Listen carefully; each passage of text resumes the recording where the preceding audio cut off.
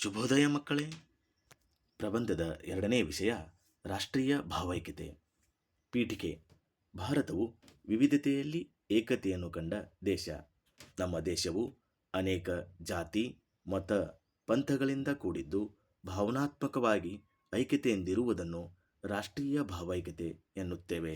ನಾವು ಸಾಮಾಜಿಕವಾಗಿ, ರಾಜಕೀಯವಾಗಿ, ಆರ್ಥಿಕವಾಗಿ ಮತ್ತು ಸಾಂಸ್ಕೃತಿಕವಾಗಿ ಏಕತೆಯನ್ನು ಸಾಧಿಸಿದ್ದೇವೆ.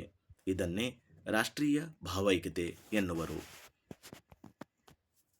ವಿಷಯ ವಿವರಣೆ: ಭಾರತವು ವಿವಿಧ ಧರ್ಮ, ಭಾಷೆ, ಬುಡಕಟ್ಟು ಜನಾಂಗಗಳನ್ನು ಹೊಂದಿದ್ದು, ದೇಶದ ಯಾವುದೇ ಮೂಲೆಗೆ ಹೋದರೂ ಅಲ್ಲಿ ಅವರು ಒಗ್ಗಟ್ಟಿನಿಂದ ಇರುವುದನ್ನು ನಾವು ಕಾಣುತ್ತೇವೆ. ಅಲ್ಲದೆ ಅವರವರ ಧರ್ಮದ ನಂಬಿಕೆ, ಆಚರಣೆಗಳನ್ನು ಅವರು ಸ್ವತಂತ್ರವಾಗಿ ಆಚರಿಸುತ್ತಾ ಬಂದಿದ್ದಾರೆ.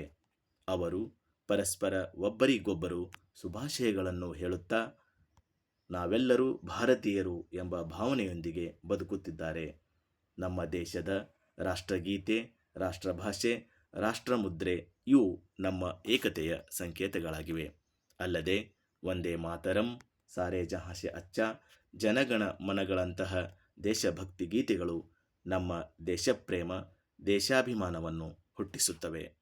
ಹೀಗೆ ಇಡೀ ದೇಶ ವೈವಿಧ್ಯಮಯದ ಸಾಂಸ್ಕೃತಿಕ ಆಚರಣೆಯಲ್ಲಿರುವಾಗ ನಾವೆಲ್ಲರೂ ಭಾರತೀಯರು ಎಂಬ ತತ್ವ ಇಡೀ ಜಗತ್ತಿಗೆ ಮಾದರಿಯಾಗಿದೆ.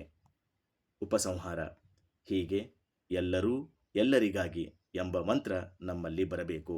ನಮ್ಮ ಭಾಷೆ, ಜಾತಿ, ಕುಲ, ಧರ್ಮ ಬೇರೆ ಬೇರೆಯಾದರೂ ದೇಶ ಒಂದೇಯಾಗಿದೆ ಎಂಬ ಭಾವನೆಯೊಂದಿಗಾಗಿ ದೇಶಕ್ಕಾಗಿ ದುಡಿಯಬೇಕು, ದೇಶಕ್ಕಾಗಿ ಮಡಿಯಬೇಕು. ಎಲ್ಲರೂ ಒಂದಾಗಿ, ಒಗ್ಗಟ್ಟಾಗಿ, ಸಹೋದರತೆಯ ಭಾವನೆಯೊಂದಿಗೆ ಬದುಕಬೇಕು. ಧನ್ಯವಾದಗಳು.